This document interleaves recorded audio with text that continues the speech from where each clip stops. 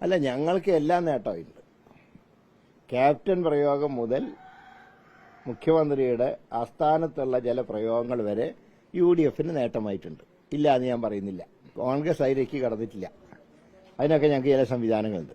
4-ാം തീയതി കഴിഞ്ഞാൽ ഹൈക്കമാൻഡ് തീരുമാനമെടുക്കും. അല്ല, അതൊക്കെ കോൺഗ്രസ് പാർട്ടി എടുക്കേണ്ട തീരുമാനമാണ്. അതുകൊണ്ട് ഞാൻ ഏകോപക്ഷമായിട്ടുള്ള അഭിപ്രായങ്ങൾ ആരും പറയുന്നത് ശരിയല്ല എന്നുള്ള അഭിപ്രായക്കാരനാണ് ഞാൻ. മാത്രമല്ല, അങ്ങനെ ചർച്ചയിലേക്ക് പോകുന്നതിന് ശരിയല്ല. ജനം എന്ത് പറയും? ഇവരെ ഞങ്ങൾ വിശ്വസിച്ച് ജയിപ്പിച്ചിട്ട് ഇതാ തുടങ്ങി എന്ന് പറയുന്ന ഒരവസ്ഥ ആരും ഉണ്ടാക്കരുത്. അത്രേ പറയുന്നു. വട്ടിയൂർക്കാവിൽ ഒരു അട്ടിമറി ഉണ്ടായിട്ടില്ല. കാരണം വട്ടിയൂർക്കാവിലെ ജനങ്ങൾ എനിക്ക് വിശ്വാസമുണ്ട്. അവരെ എനിക്കും അറിയാം, എനിക്ക് അവരെ അറിയാം. ജനങ്ങൾ എന്നെ പൂർണ്ണ വിശ്വാസം എടുത്തതുകൊണ്ട് അങ്ങനെ ഒരു അട്ടിമറി നീക്കം എവിടെയും ഫലിച്ചിട്ടില്ല. തീർച്ചയായിട്ടും അങ്ങനെ പറയിക്കാൻ പാടില്ല. ആരാണ് എക്സോർവേ അതെനിക്കും ബാധക. വട്ടിയൂർക്കാവിൽ എന്താ ഒരു കുഴപ്പമില്ല. ഞാൻ തുടക്കത്തിൽ പറഞ്ഞതിൽ തന്നെ ഇപ്പോഴും ഉറച്ചു നിൽക്കുന്നു. 5000-നും 10,000-നും മധ്യ വോട്ടിന് UDF ഉറപ്പായി വട്ടിയൂർക്കാവിൽ വിജയിക്കും. തെരഞ്ഞെടുപ്പിന്റെ അവസാന ലാപ്പ് വന്നപ്പോൾ UDF LDF മത്സരമായിട്ട് മാറിയിട്ടുണ്ട്. അതിൽ UDF നല്ല ഭൂരിപക്ഷത്തോടെ വിജയിക്കും. അപ്രസക്തമെന്നൊന്നും ഞാൻ പറയുന്നില്ല. അവരുടെ ഒരു ശക്തമായ സാന്നിധ്യം അവസാന റൗണ്ടിൽ കാണാൻ കഴിഞ്ഞില്ല. പക്ഷെ അവരുടെ ബൂത്തുകളൊക്കെ സജീവമായിരുന്നു. അതൊക്കെ ഉണ്ടായിരുന്നെങ്കിലും മത്സരത്തിന്റെ ഒരു പ്രതീതി വെച്ച് നോക്കുമ്പോൾ UDF LDF മത്സരത്തിനാണ് സാധ്യത. 100 വരെ കിട്ടുന്നുള്ളതിൽ ഒരു മാറ്റവും വരുത്തേണ്ട സാഹചര്യമില്ല. ആളുകളുടെ ഒരു മനോഭാവം തന്നെയാണ് ഏറ്റവും വലിയ ഉദാഹരണം എന്ന് പറയുന്നത്. ഒരു മാറ്റത്തിന് വേണ്ടിയുള്ള ആഗ്രഹം. ഞാൻ പറയാം, മറ്റേ ഈ SIR-ന് മുമ്പും വോട്ടിംഗ് ശതമാനത്തിൽ പലയിടത്തും ചിലയിടത്തൊക്കെ ക്യൂകൾ ഉണ്ടായിരുന്നെങ്കിലും തലസ്ഥാന നഗരിയിൽ അതാരും കണ്ടിട്ടില്ല അങ്ങനത്തെ ഒരു ക്യൂ. ഞാൻ 2011 മത്സരിക്കുമ്പോൾ കേരളത്തിൽ ഏറ്റവും കുറവ് വോട്ടിംഗ് ശതമാനം അവിടെയിരുന്നു. അന്ന് 70-ലേക്ക് എത്തിയിട്ടില്ല. 65 സംതിങ് ആയിരുന്നു അന്ന്.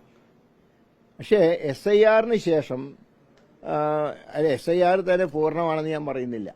ജീവിച്ചിരിക്കുന്നവരുടെ വോട്ടൊക്കെ വിട്ടുപോയിട്ടുണ്ട്. ജീവിച്ചിരിപ്പില്ലാത്തവരുടെ വോട്ടും അതിൻ്റെ അകത്ത് കയറിയിട്ടൊക്കെ. എങ്കിലും അത് ഭരണമാറ്റത്തിന്റെ സൂചന തന്നെയാണ്. ഇത്രയും ആവേശത്തോടെ ജനങ്ങൾ വോട്ടെടുപ്പിൽ പങ്കെടുത്തത്. ഞങ്ങൾ എപ്പോഴും പറയാറുണ്ട്, BJP കേരളത്തിന് പുറത്ത് ആ സമുദായത്തിനോട് അവർ വെച്ചു പുലർത്തിയിട്ടുള്ള നിലപാട് കേരളത്തിലും അവർ കാണിച്ചു എന്ന് മാത്രം. ഞാൻ പറയാം, വോട്ട് കിട്ടാത്തതിന് ഒരിക്കലും സമുദായങ്ങളെ കുറ്റം പറയരുത്. സമുദായങ്ങളുടെ വോട്ട് ചില സന്ദർഭത്തിൽ ലഭിക്കും, ചിലപ്പോൾ ലഭിച്ചില്ല എന്ന് വരും. ഇപ്പം ഞങ്ങൾക്കും ചില തെരഞ്ഞെടുപ്പിലൊക്കെ ചില സമുദായങ്ങളുടെ വോട്ട് ലഭിച്ചില്ല എന്ന് വിചാരിച്ചിട്ട് അതിനെയൊക്കെ അങ്ങ് തള്ളി പറയലാണോ?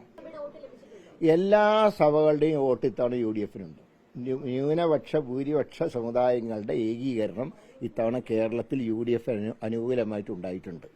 അല്ല, അതിന്റെ നിയമവശങ്ങൾ പരിശോധിക്കേണ്ടതാണ്.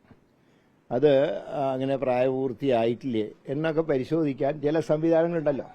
അത് അന്വേഷിച്ചിട്ട് നടപടിയെടുക്കേണ്ടത് ഗവൺമെന്റ് ആണല്ലോ.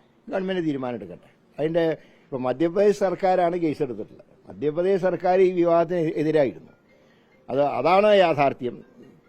അതോ ഇതിന്റെ ഒറിജിനൽ എന്താണ് എന്നുള്ളതിനെക്കുറിച്ച് വസ്തുനിഷ്ഠമായിട്ടൊരു അന്വേഷണം നടത്താതെ നമ്മൾ ചാടിക്കയറി അഭിപ്രായം പറഞ്ഞത് ശരിയല്ല.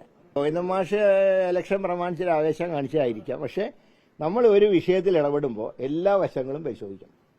4 വോട്ടിന് വേണ്ടി ചാടിക്കയറി അഭിപ്രായം പറയരുത്. എല്ലാം അപകടം പിടിച്ച പോക്കാണ്. ഇതെല്ലാം അപകടം പിടിച്ച പോക്കാണ്. ഇതൊരു സമുദായത്തിന് വിശ്വാസത്തിലെടുക്കാതെ ആ സമുദായത്തിൽ ഒരു പരിഷ്കാരവും ഒരു ഗവൺമെന്റും വരുത്താൻ പാടില്ല. അത് ഞാൻ ജ്യോത്സ്യനല്ല.